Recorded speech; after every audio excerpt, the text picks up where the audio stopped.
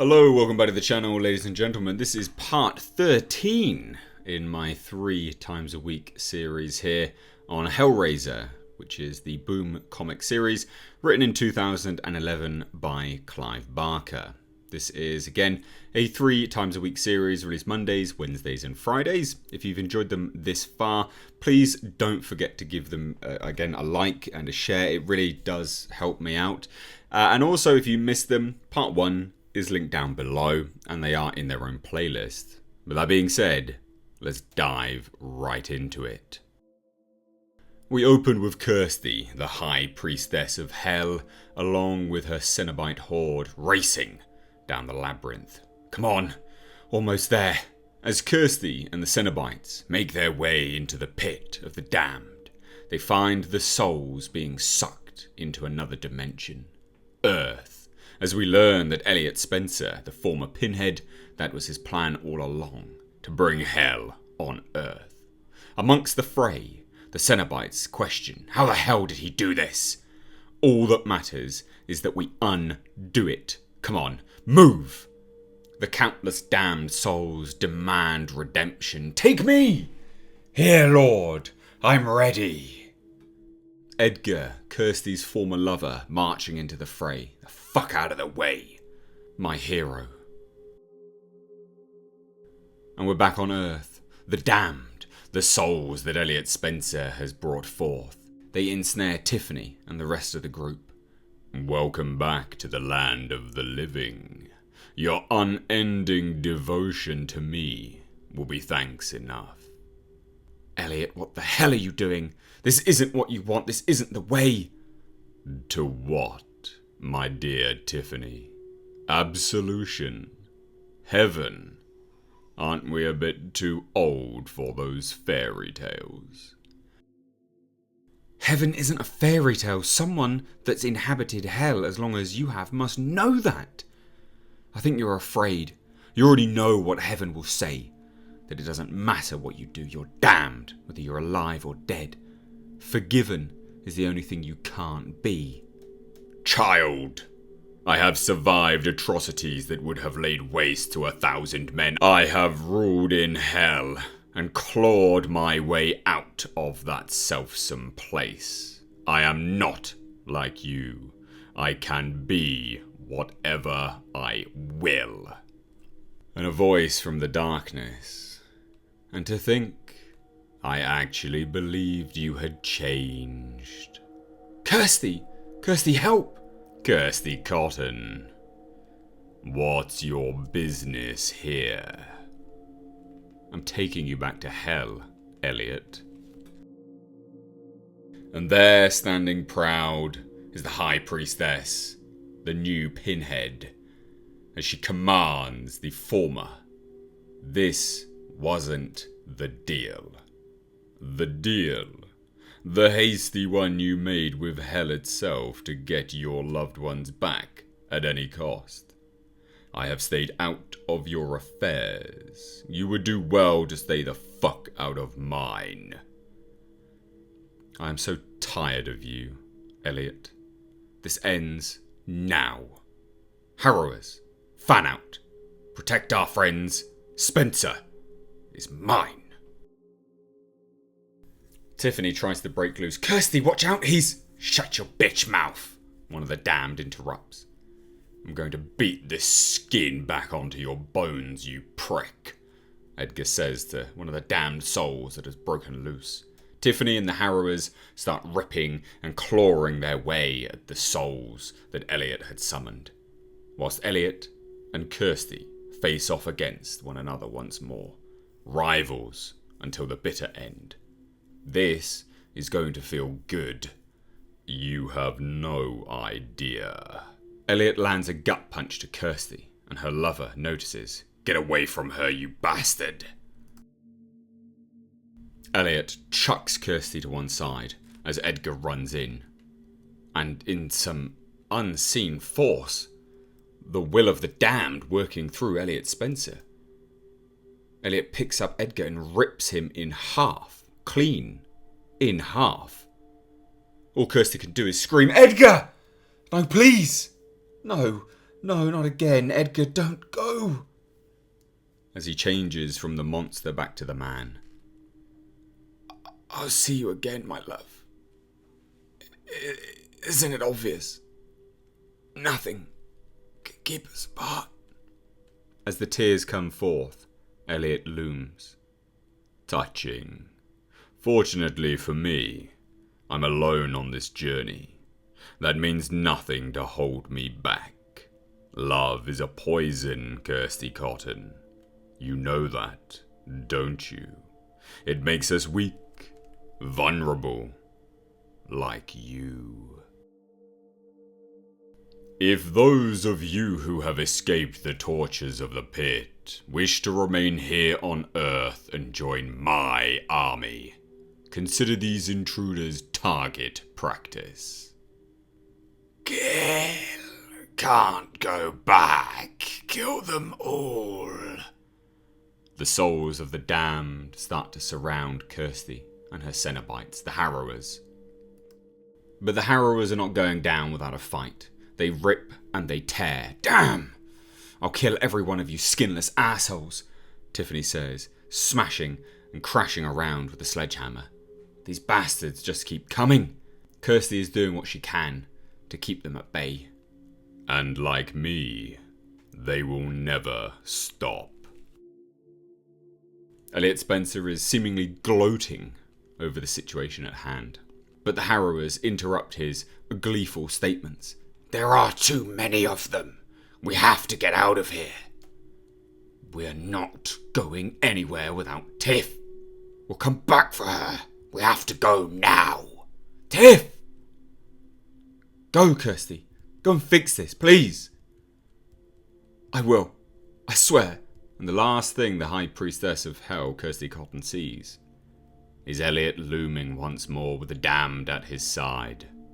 Godspeed. As she sinks to the depths of hell. And they crash land back in the pit. The damned surround them. They've been to the top. They've seen it. Am I forgiven? Take me with you, priestess. Is it heaven? Back to the pit, all of you. I need to know. Is my mum there? Why won't you help me? I'll never go back. Kirsty and the Harrowers, her Cenobite horde, realise the damned are not under control. They run. We have to get back to the monastery now. Hurry! Something's seriously wrong here. The doors, they won't open. Then we'd better come up with a plan. Now. It would seem hell has turned its back on Kirsty Cotton. And we're back on Earth now. Tiffany and her companions are held in the grips of the damned. We trusted you. We helped you. The first mistake of many. As another damned soul releases from hell. Are you God? The closest thing you'll ever know. Welcome home. Elliot continues. You see, she gets it. And she's only been here for 2 sodding seconds. Why do you, and your pathetic excuse for a team, refuse to understand? No one ever reads the fine print. They sign on the dotted line and leave the rest in God's hands. Well, that's not how it bloody well works. If you make a deal with the devil, you'd be a damned fool not to think the devil is going to have a few tricks up his sleeve. To think otherwise is the product of a deluded, ignorant mind. I know from experience. Meanwhile, back in hell, Kirsty is battling the damned. Open up, goddammit! Trying to get the monastery doors open. 2 demons from atop look down. You brought this scourge upon us. You belong with them now. I fucking hate those guys. Time for plan B, Kirsty says with some conviction. And her plan B is quick, rapid, and merciless. She warned the damned. They had their fair chance, and a quick turn and whip. Kirsty Cotton slices the damned in half. Enough! Leave us be, or you will all regret it. And as Kirsty and the Cenobites walk away, we see a hooded figure amongst them. Come, we'll take refuge in the labyrinth. They won't dare follow us into that abomination. One more soul from hell lands on Earth. Is this? Step outside. Keep moving. All your questions will be answered. And there, like a cult leader, Elliot, Pinhead, stands. It's my great pleasure to inform you that this is not heaven. I honestly can't fathom why anyone would want to go there anyway. Love, light, and worship music all day, every day for eternity.